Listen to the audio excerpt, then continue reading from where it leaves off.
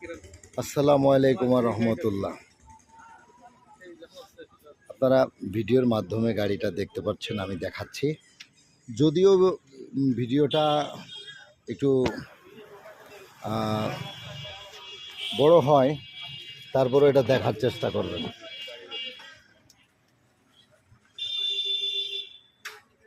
এটাই তো ব্যবসা।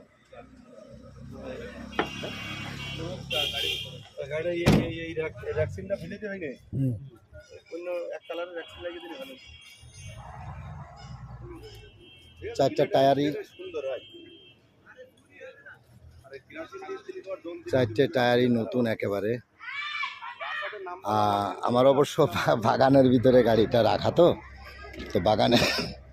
বাগানে হয়তো বা আপনাদের ছবিটা দেখে তেমন ভালো লাগবে না, বুঝতে পারবেন না, কিন্তু দেখেন ভিতর বাহির